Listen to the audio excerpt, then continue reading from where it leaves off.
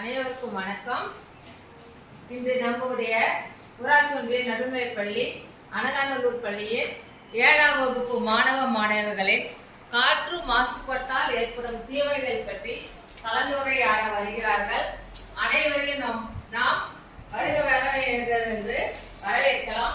என்ன மாணவர்களே, உங்களுக்கு கலந்துரையாடுறதுக்கு தயார் நிலையில் உள்ளீர்களா?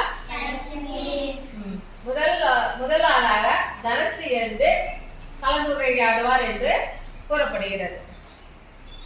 7ஆம் வகுப்பு மாணவ மாணவிகளின் கலந்துரையாடல். காற்று மாசுபாட்டினால் ஏற்படும் தீமைகளை பற்றி பேசலாமா?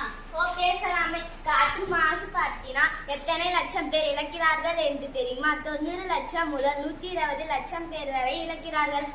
காற்று மாசுபட்டால் நுரையீரல் நோய் கூட வரலாம் என்று அனைவரும் அறிந்ததே. மனிதர்களுக்கு மட்டுமா சுவாச பிரச்சனை? விலங்குகளுக்கு கூட தான் சுவாச பிரச்சனை இருக்கிறது. விலங்குகளின் சினைத்திறன் பாதிக்கப்படலாம். தாவரங்கள் மாசுபாட்டால் தாவரங்கள் மெதுவாக அழிகிறதே.